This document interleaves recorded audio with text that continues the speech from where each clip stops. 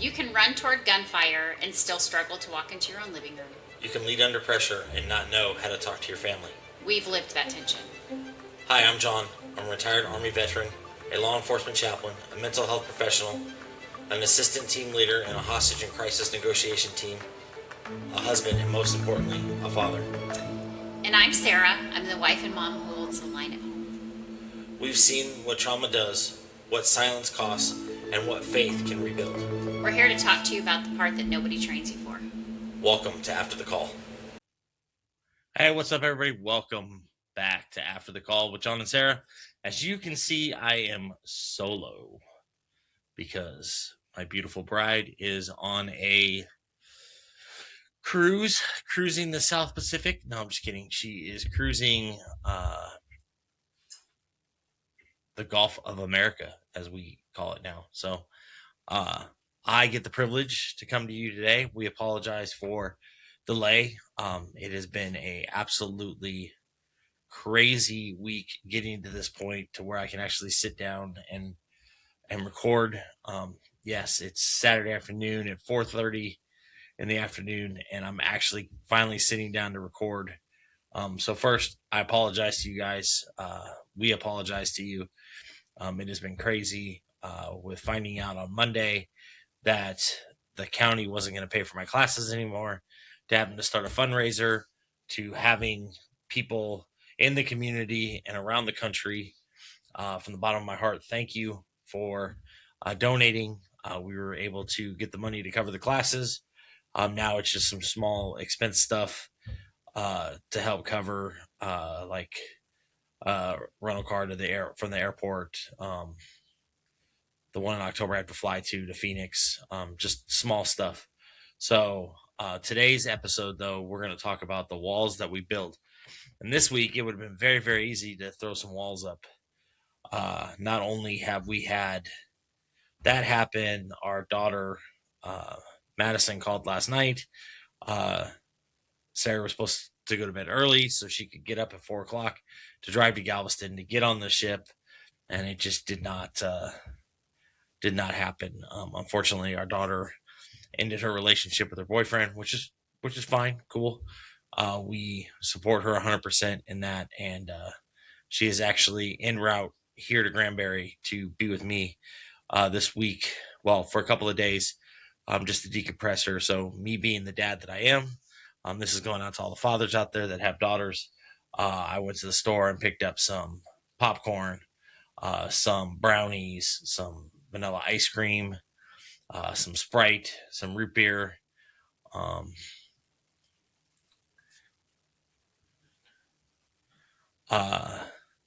DiGiorno pizzas to have.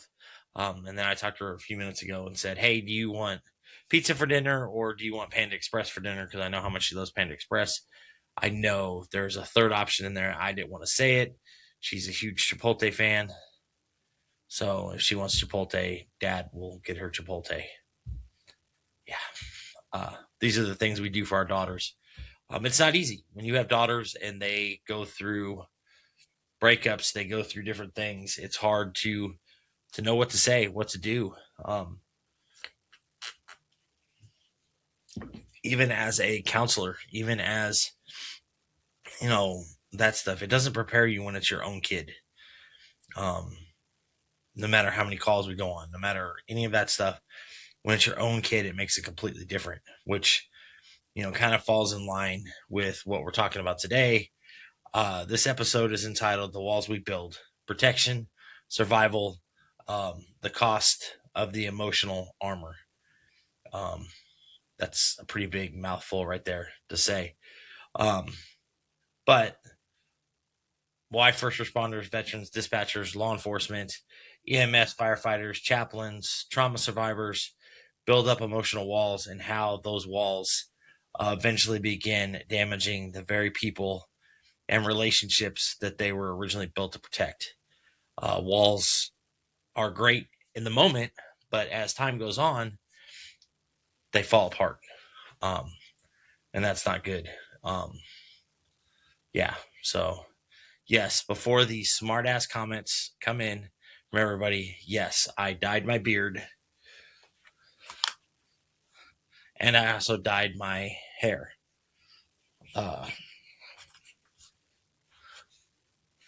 Just changing my image just a little bit. Why, I don't know. I was bored, and Tyler wanted to do it, so I let her do it. So, but let's dive into this topic. Let's get into this. Um, hey, please like, share, follow on all of our platforms. Also, we're on Spotify, Apple Music, our website, uh, Apple iTunes, Apple Podcast, all of the major characters or all of the major carriers. We are on there. Please like, share, leave us a remark on there. The faster we do that, the faster we move up the chain to where we can get more people around the country to listen and maybe help them with some stuff. So, welcome back to After the Call with John and Sara. Today's episode is one of honesty that hits close to home for a lot of people listening, and heck, it hits home for us. So whether you're carrying a badge, you're carrying a radio, you work on an ambulance, you sit behind a dispatch console, you serve in the military, or simply carry trauma for you from life itself.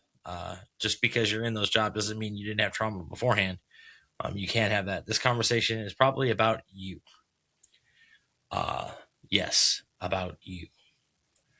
That doesn't mean we don't love you. It just means we're going to talk about you.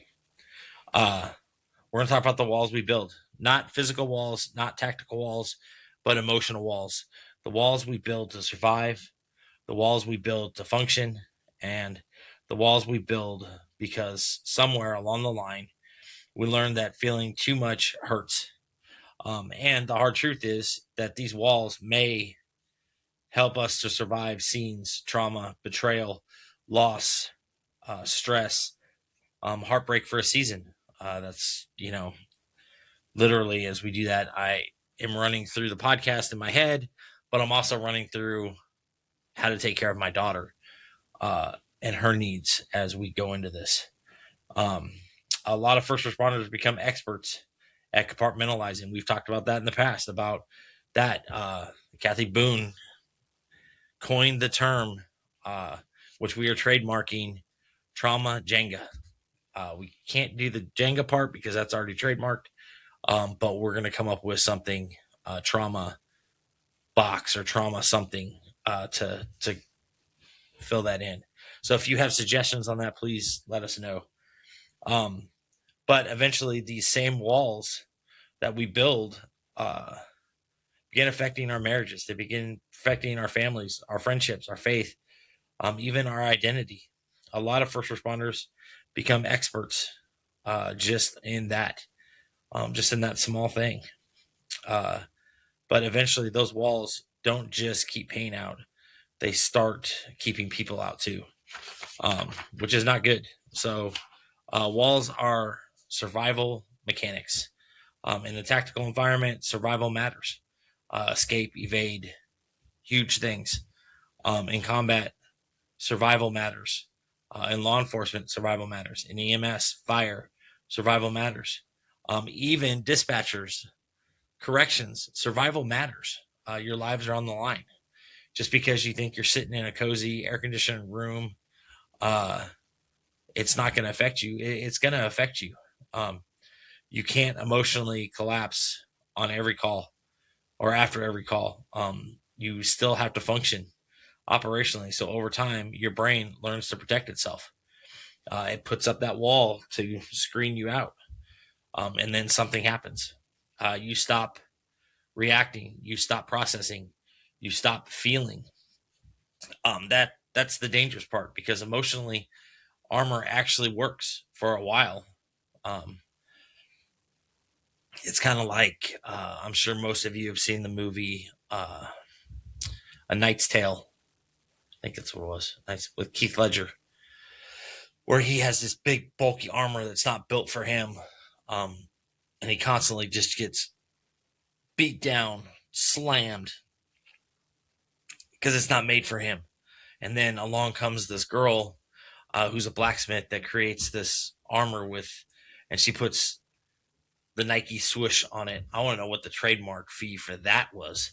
But they put, this Nike logo on there, and it's really light. It's built for him, and it's tough. But eventually, something pierces that armor and hits him in the heart. So that's kind of his birth. It helps you to push through trauma, survive trauma, stay mission focused, avoid emotional overload, continue functioning. The problem that is that survival mode was never designed to become a permanent lifestyle. The same emotional shutdown protects you unseen can eventually destroy uh, destroy communication. It can destroy intimacy. It can increase your irritability. I don't know about that. Create emotional numbness, lead to burnout, lead to increased isolation, and continue depression and anxiety. So right there, pause.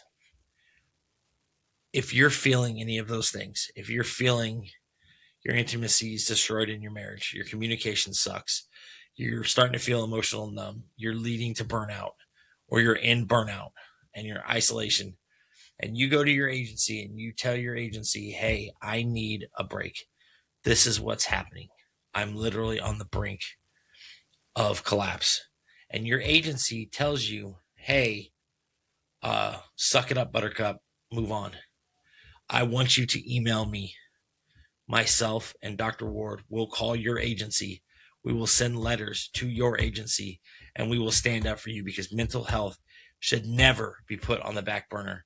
It should be front and center, and we need to stop this crap that's happening, because when somebody asks for help and they're turned down help is why they go in the parking lot, they pull their pistol out, and they shoot themselves. The same damn thing happens in the VA. The same thing is happening in our police departments, our sheriff's departments, our correction facilities, our paramedic facilities, our stations. It's happening all over the place, and it damn well needs to stop. And the only way it's going to stop is if people start speaking up for that. So if that's happening, you reach out to us, you let us know, and we will fight for you. Ray, be on standby. You may have to sue some departments. And most people don't even realize it's happening until someone says, man, you're really different. You never talk anymore. You're always angry. You are physically here, but emotionally you're gone. So as we talk about that, there's this little thing that comes up. It's called boundaries. The difference between walls and healthy protection. One of the greatest misconceptions people have, especially in first responder culture, is confusing walls with boundaries. They are not the same thing. Walls isolate, boundaries protect you. Walls says nobody gets in. Boundaries say I need healthy limits so I can stay emotionally, mentally, physically, and spiritually healthy. And honestly, a lot of people who think they have strong boundaries are actually jackasses, and they've barricaded behind trauma built walls. Yeah, I spent 5 years in school for that, just to tell you that line right there. So that's huge because boundaries are not about punishment, control, or emotional distress. Healthy boundaries are about stewardship. They're about helping protect your relationship, your emotional wellness, your marriages, your relationships, your dating life, your spiritual health, your nervous system. It helps regulate your nervous system, your work-life balance, and your identity outside the job. I've said this before, and I'm going to say it again. As you're sitting there listening to us or watching us, I guess I can't say what, us, watching me. What's your identity outside work? When you leave work, are you still deputy so-and-so? Are you still officer so-and-so? Are you still agent so-and-so? Or are you Tom, Dick, Harry, Joe, Bob, Jose, George, Guadalupe, whoever?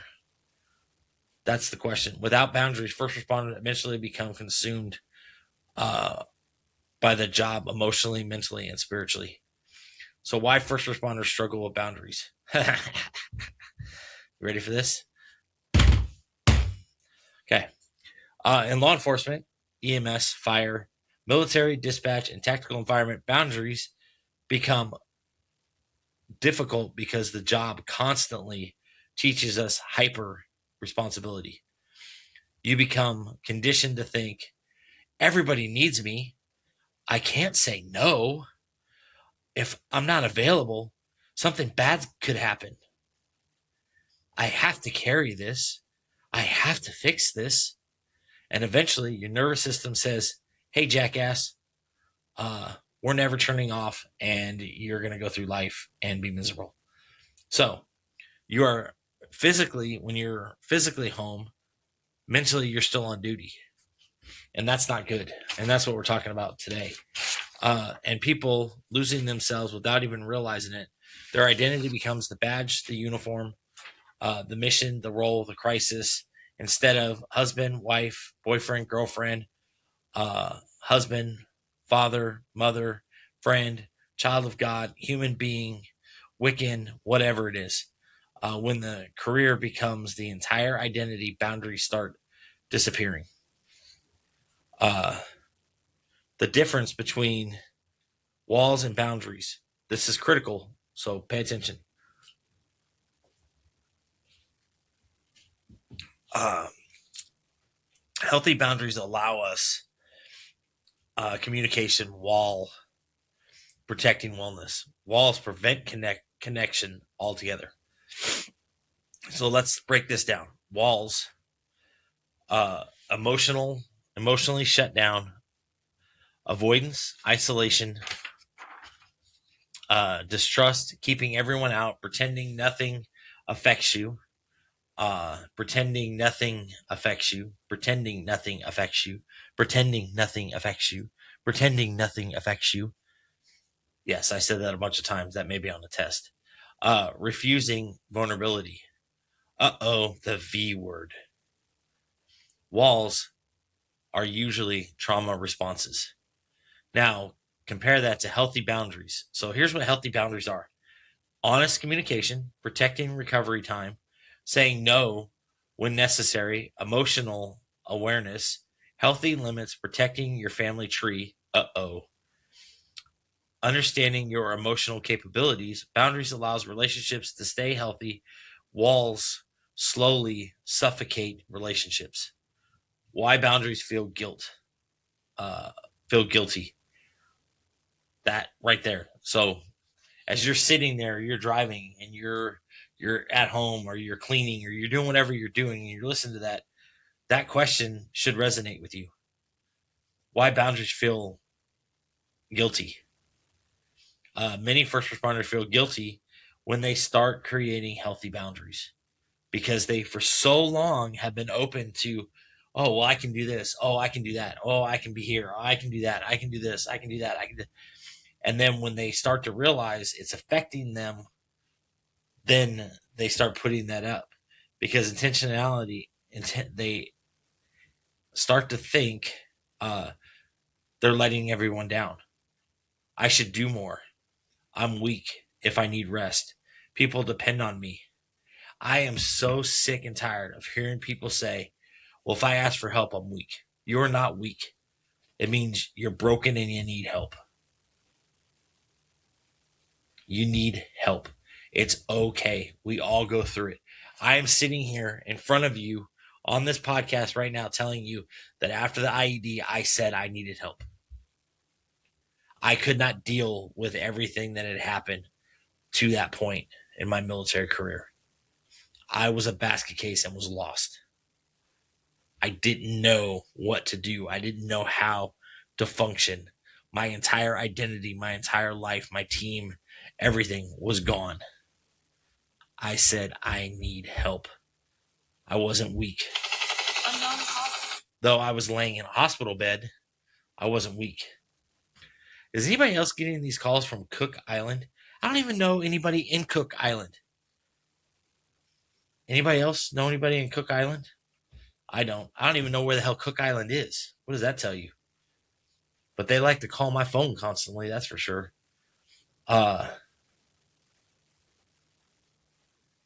So as we're sitting here and we're talking about boundaries and we're talking about that stuff, uh,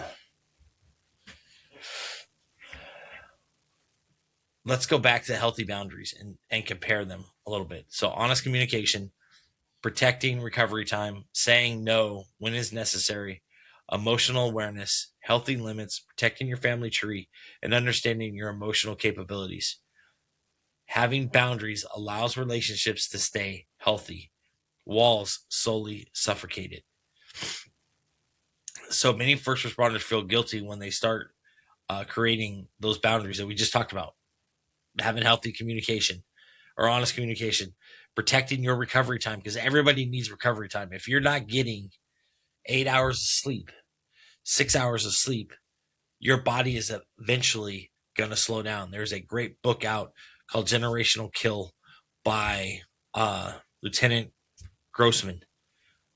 Phenomenal guy. Awesome dude. Was 375's battalion commander for a long time. Phenomenal guy when it comes to mental health stuff. And he flat out says if you're not getting that much sleep, your body is going to slowly fall apart. He talked about a story where a little girl, her mom and dad had all these rules and stuff, and she had to leave her phone out in the kitchen. Well, eventually she started winning mom and dad over, and they were like, yeah, you can take your phone in your room and watch TikToks, fall asleep, whatever. Well, every night for about a 6-month period, she was in there defending herself from online bullies.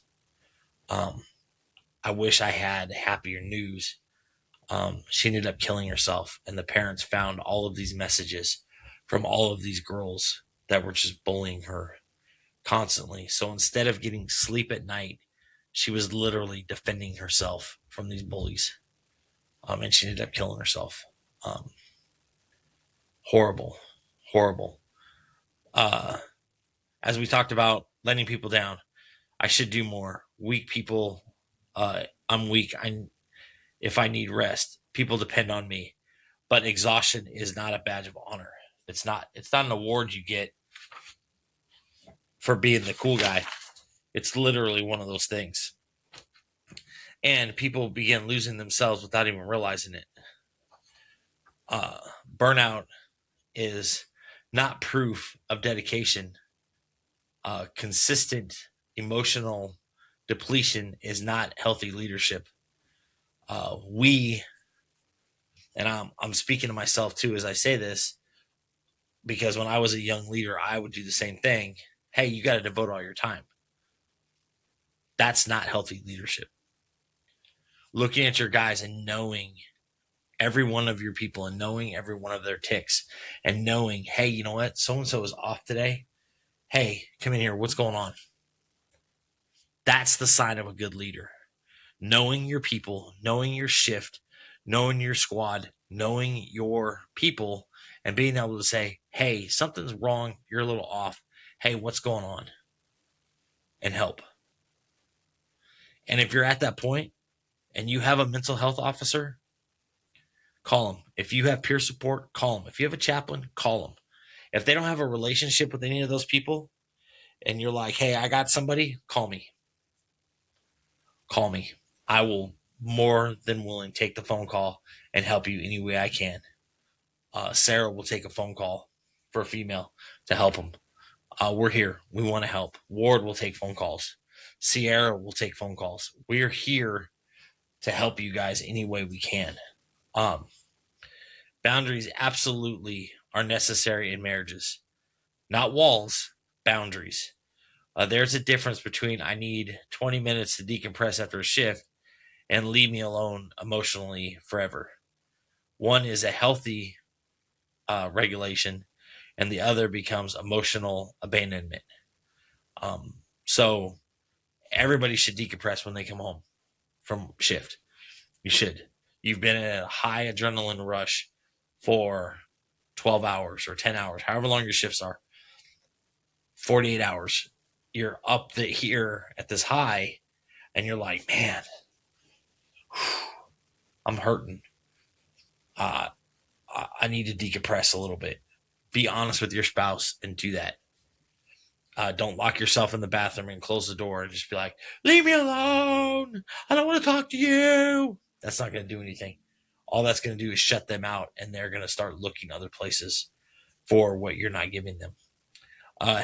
Healthy marital boundaries may include protecting the family time, limiting work inclusions at home, um, unless you're on call. If you're on call,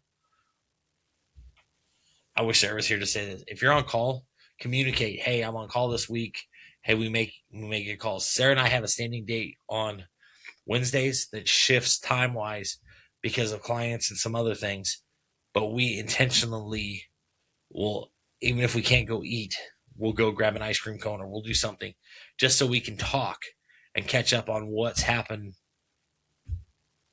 Thursday through Tuesday and whatnot. So we're on the same page and we're not closing off. We haven't set up a wall. We haven't put up emotional boundaries. We're moving on. Emotional honesty, healthy communication, and be honest. Discuss operational stress. If you've got stuff going on, you're on a SWAT team, you're on whatever, or you just had a really shitty patrol day, be honest and say, hey, I had a really shitty patrol day. I had a bunch of calls and they just weren't fun. Talk about them. Making intentional time for reconnection. That's what I was talking about having a date. I have a date night where you can do it. And here's the thing. I know money is tight across the board. A thing Sarah and I used to do when I was a young private, we used to have living room dates. We'd put the kids to bed. We'd make dinner. If we could afford to get like Chili's or something, we would. But most of the time, we would make dinner, and the two of us would sit on the living room floor and just watch a movie and talk. Just small things, just little things to connect, to help you fix things in your marriage, in your relationship, whatnot. When one person says, "Hey, only reach out to me on Snapchat, don't call me or text me," you need to run Cheater app on that person's phone because 9 times out of 10 they're doing something they shouldn't be. Trauma changes people, plain and simple. It changes the nervous system, it changes reactions, and it changes emotional tolerance. And people carry unresolved trauma often. Everybody else is emotional chaos too. So, literally, a great example I heard, and this was about church hurt, but it kind of relates to this too. You go to a church. While you're at that church, you pick up church hurt, pack it in your suitcase, and you move to the next church. You haven't dealt with that. Go to the next church. You still get emotional church hurt, and you take all of that trauma that happened from the first two churches. Now you have two suitcases, and you now move to a third church, fourth church, a fifth church, a sixth church, and your caboose is getting longer and longer and longer because every place you've gone, you get a new suitcase. The same thing happens within agencies. Go from shift, things go bad, you pick up the trauma from that, go to another call, pick up some trauma from that, go to another call, pick up trauma from that, go to another call, another call, another call, another call, and it just eventually keeps going. That's why boundaries become critical. You can't constantly absorb death, violence, suicide, child abuse, crisis calls, family stress, operational pressure without eventually becoming emotionally overloaded. So there's a question right there. How many of y'all deal with that stuff on a daily basis? I know what my deputies in my agency deal with on a daily basis. How many of you all have that same problem? You're dealing with that stuff constantly, and eventually, how many of y'all are overloaded? How many of y'all are just at the point where you're like, oh, I can't do this anymore? So here's the icing on the cake. And here's something very, very important, okay? Boundaries are not selfish. Boundaries are responsibility. Because when you have no emotional boundaries, things don't look good. They start to fall apart.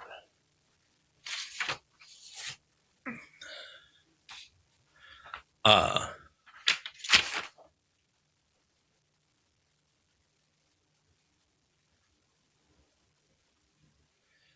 Because when you have emotional boundaries, burnout is not proof of dedication.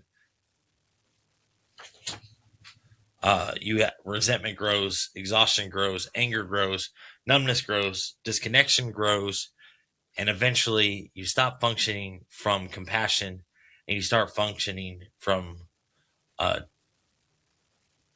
being emotionally numb. Okay. So let's talk about the subject that no one wants to talk about. Let's talk about your spiritual boundaries. Eventually, spiritual boundaries matter. Jesus himself withdrew from crowds.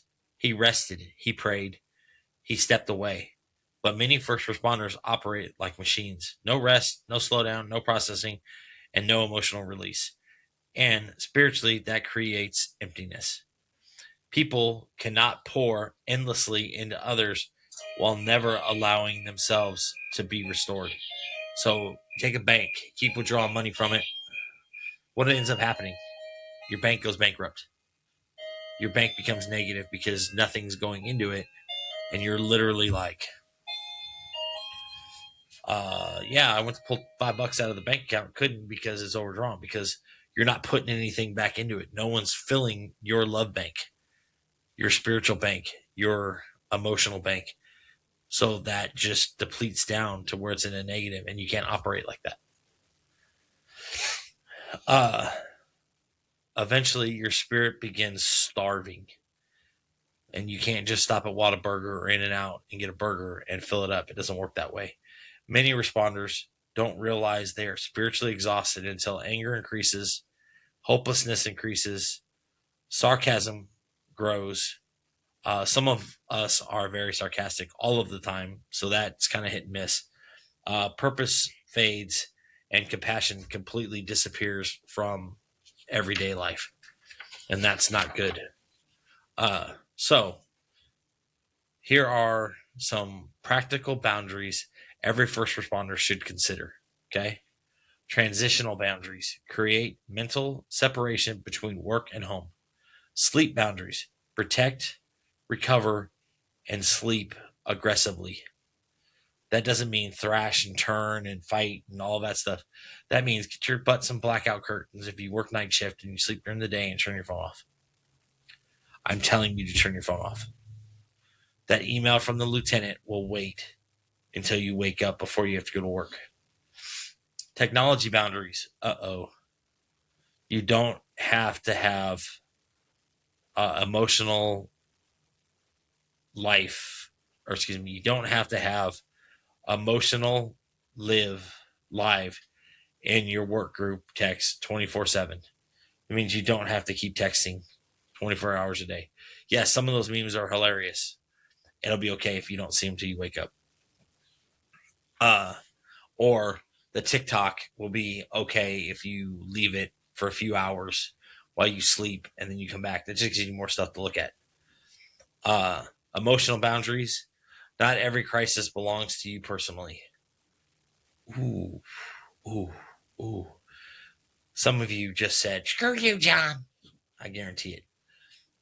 Emotional boundaries. Not every crisis belongs to you personally. Spiritual boundaries protect time for prayer, worship, reflection, silence, and recovery. It is okay to pull over on the side of the road and breathe in through your nose, out through your mouth, and try to recover. Okay. A lot of first responders are what we refer to as crisis Christians. While they're going to a call or they're doing something, they will say, hey, Lord, if you get me out of this, I'll do X, Y, and Z. Or, hey, Lord, if you do this, I'll do this. If you do this, I'll do that. All of that stuff happens. Okay. Uh, and one of the healthiest things people can learn in this sentence is I care deeply, but I can't carry everything. That sentence changes lives. It really does. If you think about it, it really does do it. Uh, the reason many people choose walls instead of boundaries is fear of betrayal, fear of pain, fear of vulnerability. There's that V word again. Fear of judgment, fear of disappointment, and emotional collapse. So all of those, all 6 of them, are all fantastic things that happen constantly. But healing requires safe connection, not total isolation. That means you going home, closing your door, and isolating in your office or your room does not mean anything. Sitting in the garage, not talking to anybody, is not what you need either. And sometimes people are terrified that if they finally stop holding everything together emotionally, they will completely fall apart.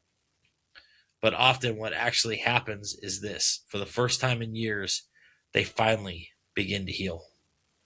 And that's what we want. So ask yourself,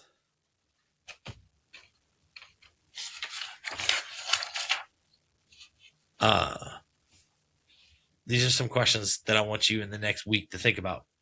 And if you want to email us, go ahead. After the call at jumpmasterlifecoaches.org, or you can email me, john.hosea at jumpmasterlifecoaches.com, or Sarah at sarah.hosea at jumpmasterlifecoaches.org. Let us know what you think. So here's the questions I'm going to ask you. Are my walls protecting me or imprisoning me? Have I mistaken emotional shutdown for strength? Am I protecting my peace or avoiding connection? What boundaries do I need to become healthier? There's a great book out there written by Dr. Henry Cloud about boundaries.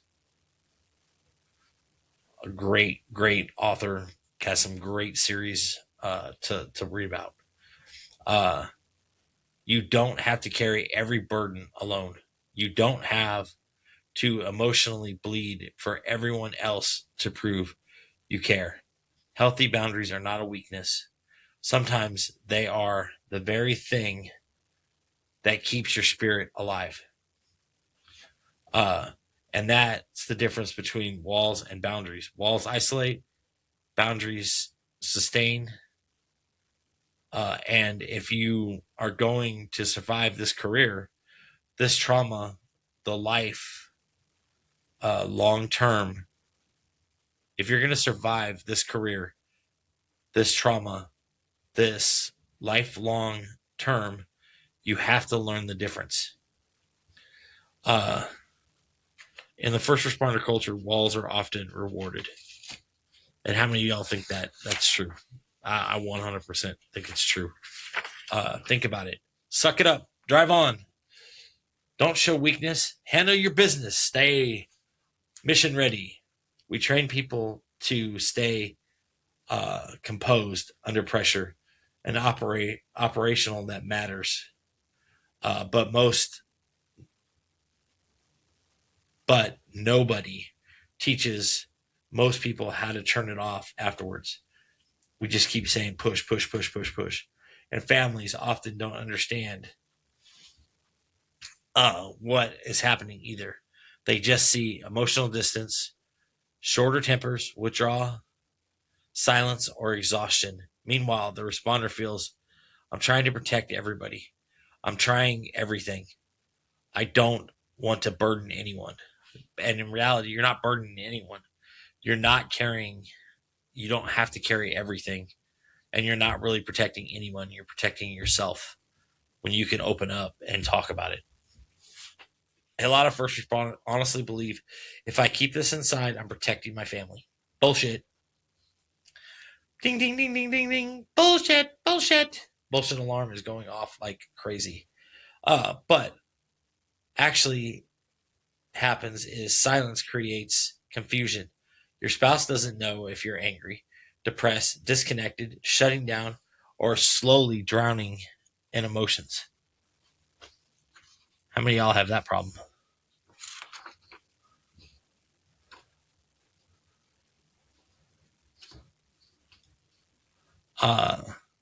So armor is heavy and eventually carries emotional armor nonstop becomes exhausting.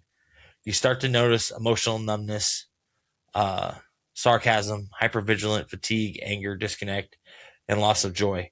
One of the biggest lies trauma tells us is that if I let my walls down, I'll fall apart. But the reality is sometimes healing becomes the moment you stop pretending you're okay. And that's terrifying for many first responders because identity gets wrapped up in the strength. How many of y'all have that happen? I know I've had it happen.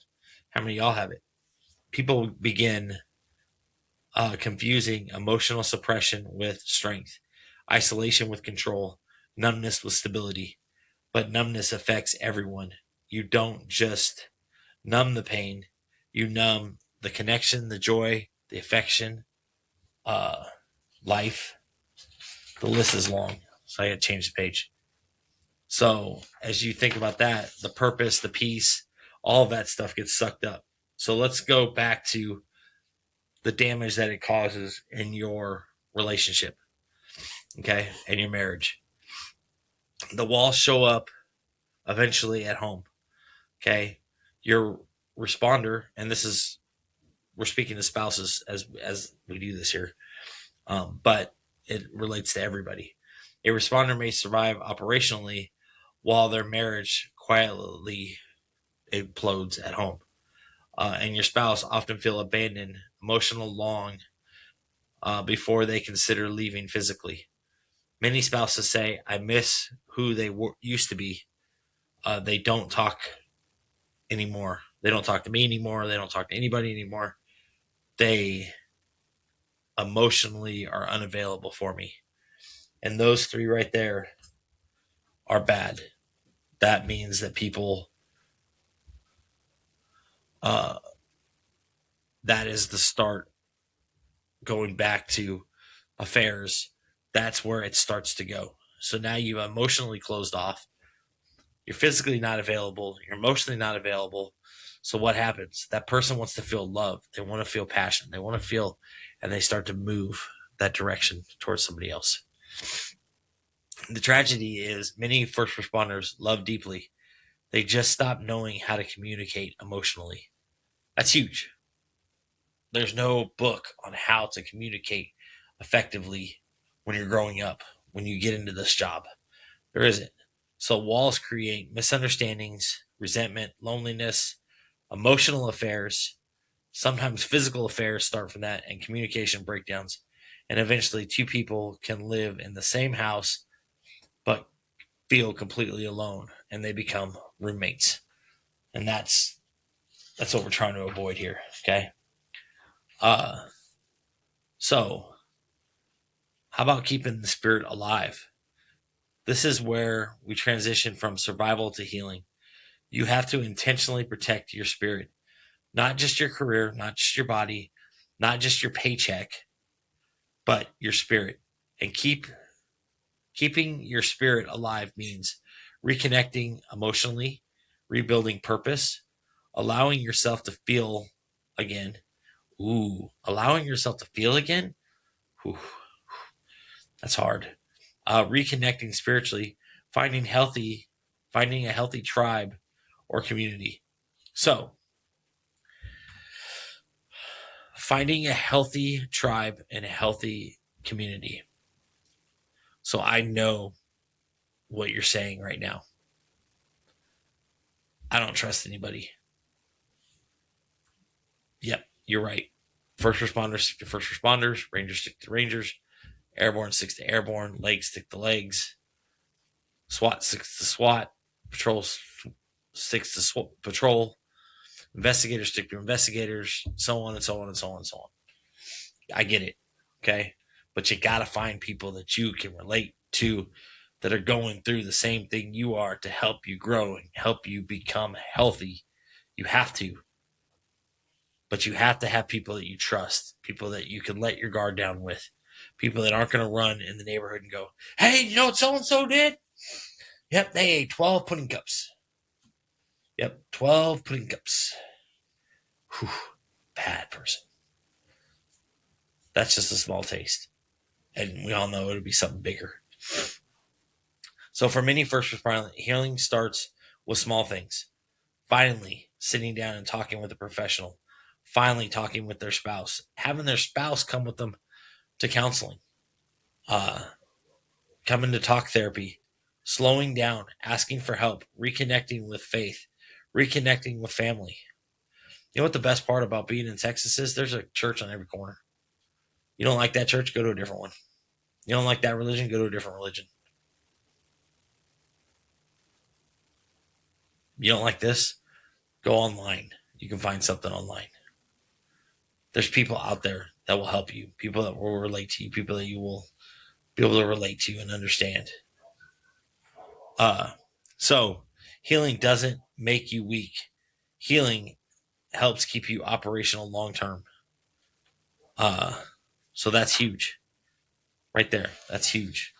But let's talk about fear for a minute. I want to drive this home to you. A lot of people listening have become incredibly skilled at hiding their pain. You smile, you joke, you perform, you lead.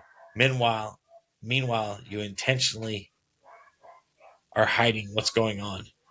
You are intentionally hiding the fact that you are exhausted and you are breaking inside and you don't know how to do it. Because if you let people in and you talk about your fear, you're worried it's going to spread around it. Just slap a mic. You're scared that it's going to spread throughout the agency, which is understandable. I get that. But I'd rather have you in the agency alive than in the agency looking at your picture on the wall because you didn't ask for help. So, connection is where healing begins. Here's some practical starting points, okay? Transitional routines. Before entering your house, sit quietly in your car, decompress, pray, breathe, mentally leave the shift outside. Don't bring it in the house with you. Have some songs you listen to from work home. Turn that stuff on and listen to it. It will help you in the long run as you start to decompress. Some other ways. Have honest communication, not tactical communication, not have honest, real, deep communication. In my book, Intimacy and Armor, I will tell you all the first chapter in there.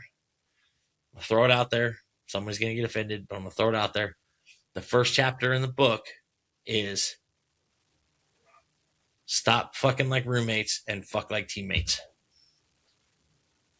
You are a team. You have to get back to that thing. And doing that means not having tactical communications, but having real, deep, honest communications.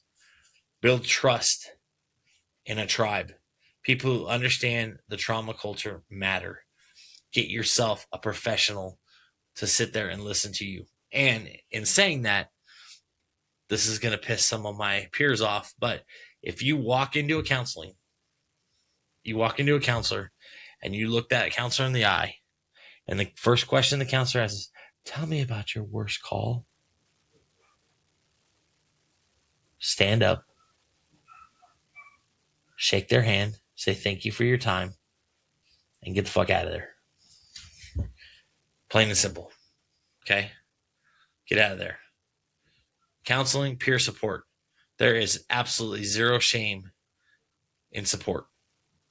Have your 3 a.m. buddy. Have somebody you can turn to, you can talk to. Have that person there. And so here's the thing. If you have a 3 a.m. buddy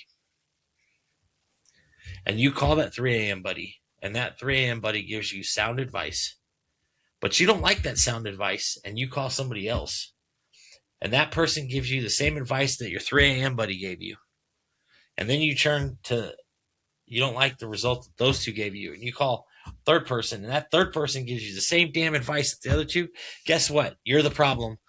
Listen to the first guy that gave you the damn advice because they're all telling you the same thing. Stop looking for what you want to hear and listen to what your friends are telling you, your family is telling you. Get off my soapbox. Reconnect intentionally. Date nights, conversations, unplug from work.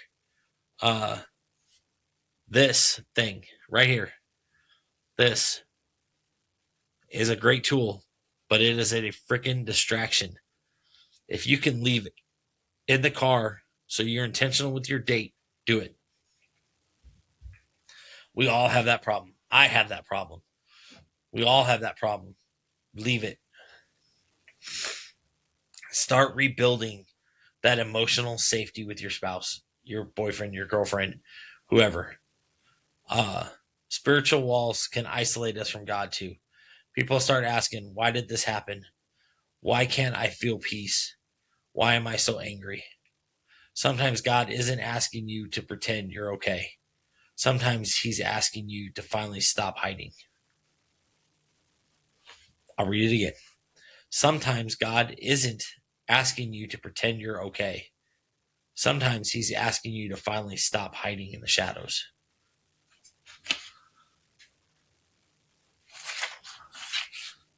Yeah, that's not really what some of you want to hear. Psalms 34, verse 18 says, the Lord is close to the brokenhearted. Not the pretending, not the performance, not the brokenhearted. Oh, the brokenhearted. The Lord is close to the brokenhearted. So he's not close to the pretending. He's not close to the performance, but he is close to the brokenhearted. If you're listening tonight and you're building walls, you're not alone. It's okay. Those walls may have helped you survive, but they were never meant to become your permanent home. Start healing with where honesty begins. Healing starts when honesty begins. Healing starts when honesty begins. And your strength is not found in emotional isolation. Strength is found in facing what's real and refusing to stay trapped there. So this week, ask yourself, what walls have I built? Who am I shutting out? What am I afraid people will see? And what would healing actually look like for me? And remember, you're answering the call you have answered the call for everybody else. Now it's time to answer the call for yourself. Thank you for joining us with that. So here's some updates. Donkey therapy last week, fantastic, great time. We had a blast. We have it this week. So since this is coming out Saturday, it'll be on Sunday, 2 to 4, Texas Rescue. It's going to be a blast. The 30th, they have a car show in the Lowe's parking lot in Granbury, Texas. Be a great time. We got some sheriff vehicles going to be out there. The dive team will be out there. The SWAT team will be out there. There'll be an ambulance out there. There's going to be a bunch of first responder stuff out there. Sarah and I will be out there. Come on out. We'd love to see you. Order a shirt. Wear your after the call shirt or your donkey therapy shirt. We would love to have you guys out there. And it's going to be a blast. We're looking forward to it. We may have one of our dogs out there with us. Depends on the temperature and how hot the sidewalk is, because they don't do very good walking in shoes. But available on Amazon after the call. The Jumpmaster documentation to help you overcome trauma is available, and also intimacy. Armor in Intimacy is available on Amazon. Also, please purchase them.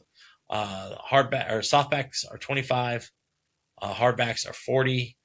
You will not get the workbook. You have to actually attend the workshop to get that. And we are working on getting some workshops set up in the next couple of months. Will be a blast for you. So we are looking forward to it. Next week, I will have a special guest. Investigator George Zamron will be here, as well as investigator Justin Price will both be here. So it's going to be experience. Yes, when the cat is away, the mice will play. So we may not have a podcast when Sarah comes back from her trip. But throw some prayers our way. We throw prayers your guys' way. If you could keep Madison in your prayers as she battles this thing going on, as she's on her way here. It's a lot different when you're a therapist and you have to turn the therapist off to be just a dad.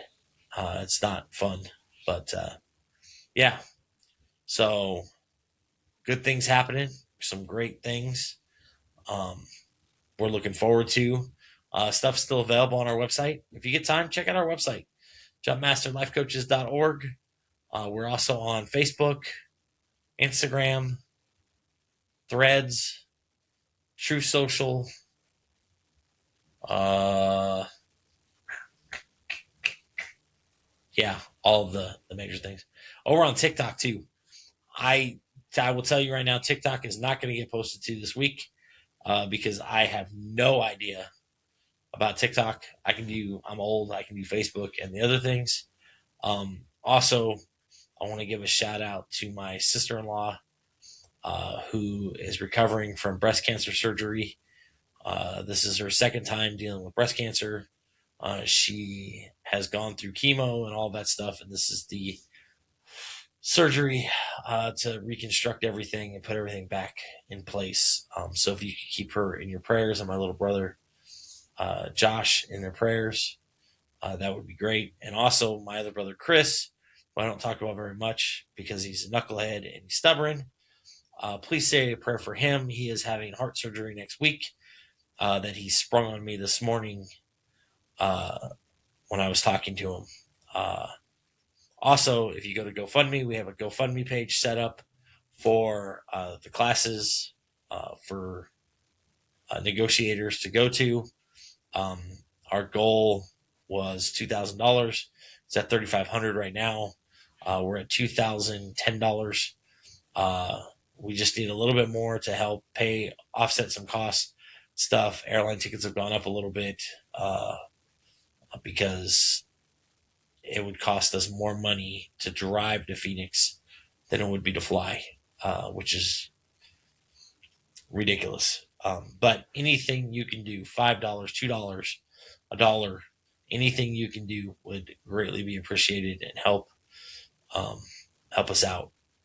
Also, if you are in DFW, Granbury, Stephenville, Erath, Somerville, Hood, Weatherford, and you need a bounce house, Code 4 Bounce Houses.